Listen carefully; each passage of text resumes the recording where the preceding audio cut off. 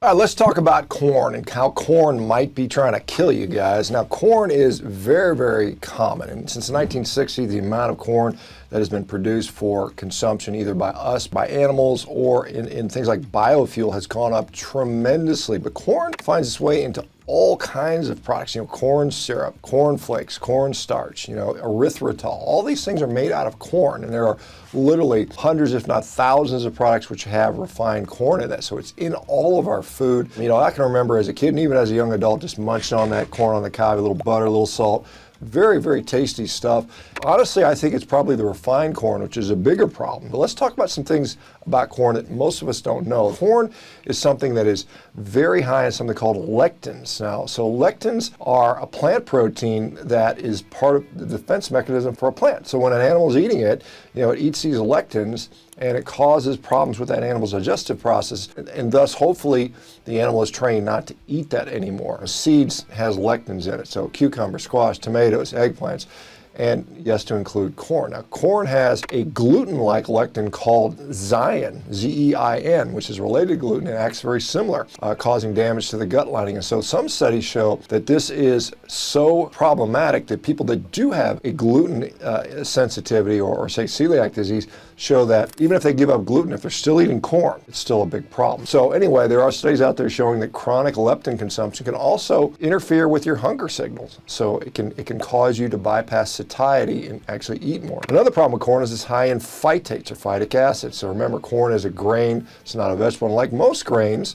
it has a lot of phytates in there. And phytates, again, cause digestive distress in predators that eat this. They also will leach out vital nutrients or prevent the absorption of those nutrients. So things like iron and zinc and all these other very important minerals that we're supposed to be absorbing end up not being absorbed because of the phytic acid or the phytates within the corn. Now, corn is also high in something called salicylates. Now, some of you guys may be familiar with salicylic acid, which is aspirin, which is a salicylate, and it can be utilized as an anti-inflammatory compound. But for some people, these salicylates can actually have the opposite effect, and they can cause inflammatory like conditions and things like asthma. This hives, sinus congestion, respiratory distress, or others can be triggered by the salicylates in products that contain corn. Now, corn again is very high in carbohydrates. 21 grams of carbohydrates for a 3.5 ounce serving size, 4.5 grams of being sugar. Now, for you that are sensitive to carbohydrates, these would be people that are diabetic, pre-diabetic, insulin-resistant folks, people with hyperinsulinemia. This can be a real problem. It can lead you to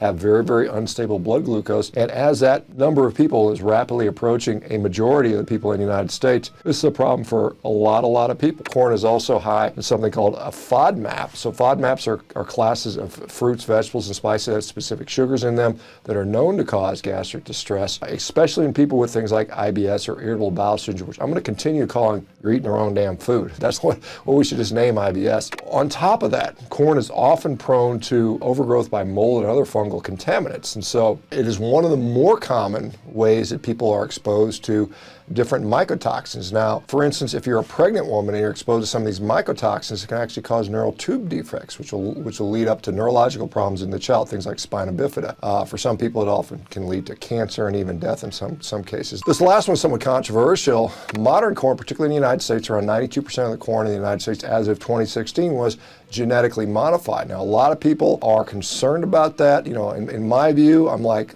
I'm not as concerned about that, but still, it has been linked in some studies to show increased rates of liver, kidney, or other damage. And so, what can you eat instead of corn? Well, a lot of things, right? And of course, my answer. It's going to be eat a steak. Eat a hamburger, without the bun. There's lots of, you eat a piece of chicken, eat a piece of sausage. I think the big lesson here is, one, am I sensitive to corn? And two, do I know if I'm actually eating it? If you look at all the things that corn gets its way into, it's surprising. Almost all processed foods can have some level of corn in there. Corn is one of the most consumed grains that we have in the world. I think it's like wheat and corn and perhaps soy are the top consumed crops in the world, across the world. So if you can avoid corn, particularly if you're sensitive, and you don't know if you're sensitive how do you know if you're sensitive to something? Well, get an allergy test pricked on your back. Those aren't very good, quite honestly. I don't think they're healthy. Just eliminate it, and I think it's, the problem with eliminating one food is that, well, what if you're sensitive to two foods and you only eliminate one of them?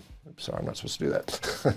So you eliminate one food and you're sensitive to two, eliminating one, you never know, because you're like, well, I'm still. So a lot of times that's why, really restrictive elimination diets like the carnivore diet are very, very helpful for making those decisions. All right, guys, this has been helpful to you. Let me know in the comments. Don't forget to like, subscribe, hit the notification bell. We will be back. Talk to you guys soon. Bye-bye now.